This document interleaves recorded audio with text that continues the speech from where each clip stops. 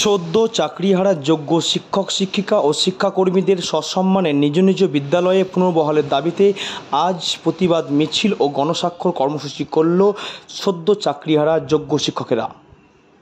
বছরের শিক্ষারত শিক্ষক শিক্ষাকর্মীরা আজকে রাস্তায় কেন? রাজ্য সরকার জবাব চায়, জবাব চাই, জবাব চাই, জবাব তোমায় দিতেই হবে, দিতেই হবে, দিতেই হবে, নাইলে গদি ছাড়তে হবে, নাইলে গদি ছাড়তে যোগ্যদের সার্টিফাইড তালিকা দিতে হবে, দিতে হবে, দিতে হবে, দিতেই হবে, দিতেই হবে, দিতেই হবে, দিতেই হবে। এই দাবিতে আজকে শিক্ষক শিক্ষাকর্মী অভিভাবক ছাত্রদের মিছিল চলছে, চলছে, চলবে। সরকারি স্কুলগুলোকে বন্ধ করার ষড়যন্ত্র বাতিল করো, বাতিল করো, বাতিল করো। যোগ্যদের সার্টিফাইড তালিকা প্রকাশের দাবিতে আগামীকাল এসএসসি ভবন অভিযানে শামিল হন, শামিল হন, শামিল হন। যতক্ষণ সার্টিফাইড তালিকা আমরা পাবো না, এসএসসি ভবন ছাড়বো না, ছাড়বো না, ছাড়বো না।